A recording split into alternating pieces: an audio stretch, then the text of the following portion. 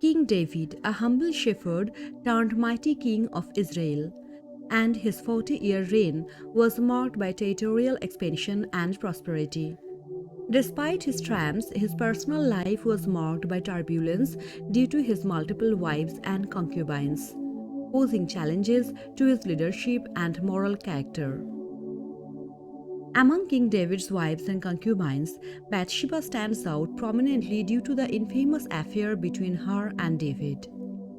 The story of King David and Bathsheba is recounted in the biblical book of 2 Samuel, chapters 11 and 12. Their illicit relationship began when David saw Bathsheba bathing and resulted in her becoming pregnant. This incident caused significant turmoil in David's life and reign. Despite the scandal and the tragic consequences that followed, including the death of Bathsheba's first child with David, she eventually became David's wife and the mother of Solomon, who succeeded David as king. The story of David and Bathsheba serves as a cautionary tale about the consequences of succumbing to temptation and the importance of accountability and repentance. Meanwhile, as we discuss the narrative of King David and Bathsheba, don't forget to like this video and subscribe for more biblical content. Now let's begin. During a time when kings would typically be leading their armies in battle, David remained in Jerusalem. One evening, while walking on the roof of his palace, he saw Bathsheba, the wife of Uriah the Hittite, bathing. David was captivated by her beauty and desired her. Despite knowing that she was married, he summoned her to his palace and they committed adultery. 2 Samuel chapter 11 verses 2 to 4. One evening David got up from his bed and walked around on the roof of the palace. From the roof he saw a woman bathing. The woman was very beautiful and David sent someone to find out about her. The man said, "She is Bathsheba, the daughter of Eliam, and the wife of Uriah the Hittite." Then David sent messengers to get her. She came to him and he slept with her. Bathsheba later informed David that she was pregnant with his child, putting David in a difficult situation. To conceal their sin, David attempted to cover it up by summoning Uriah back from the battlefield, hoping that Uriah would sleep with Bathsheba and think the child was his. However, Uriah, being an honorable man, refused to enjoy the comforts of home while his comrades were still at war. Faced with Uriah's integrity, David resorted to a more sinister plan. He arranged for Uriah to be placed on the front lines of battle where he was killed. With Uriah out of the way, David took Bathsheba as his wife.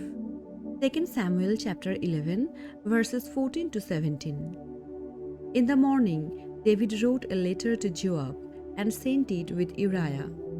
In it he wrote, "Put Uriah out in front where the fighting is fiercest. Then withdraw from him so he will be struck down and die."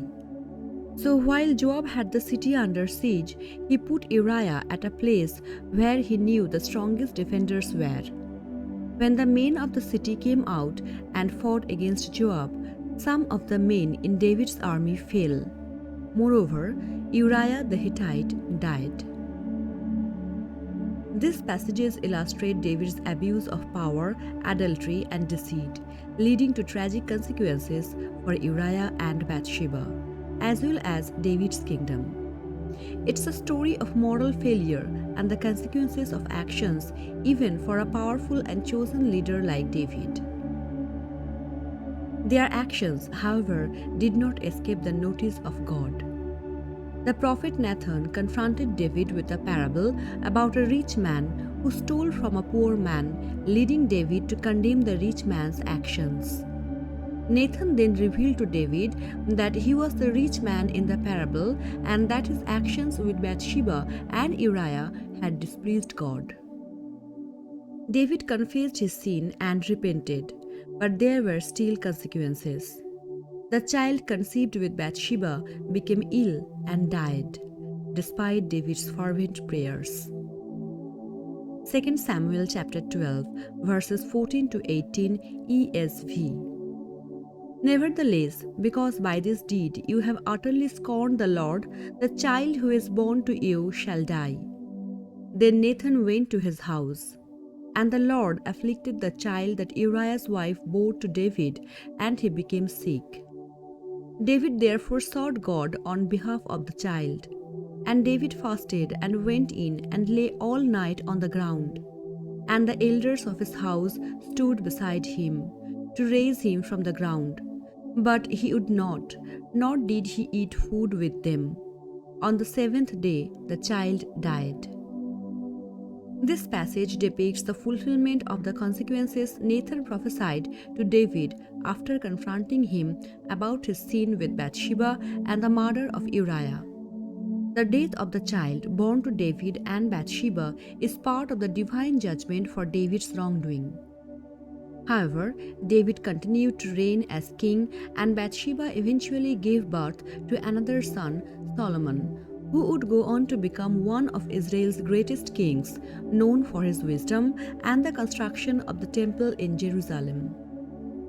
2 Samuel chapter 12, verses 24 to 25 NKJV. Then David comforted Bathsheba his wife, and went in to her and lay with her. So she bore a son, and he called his name Solomon. Now the Lord loved him, and he sent word by the hand of Nathan the prophet.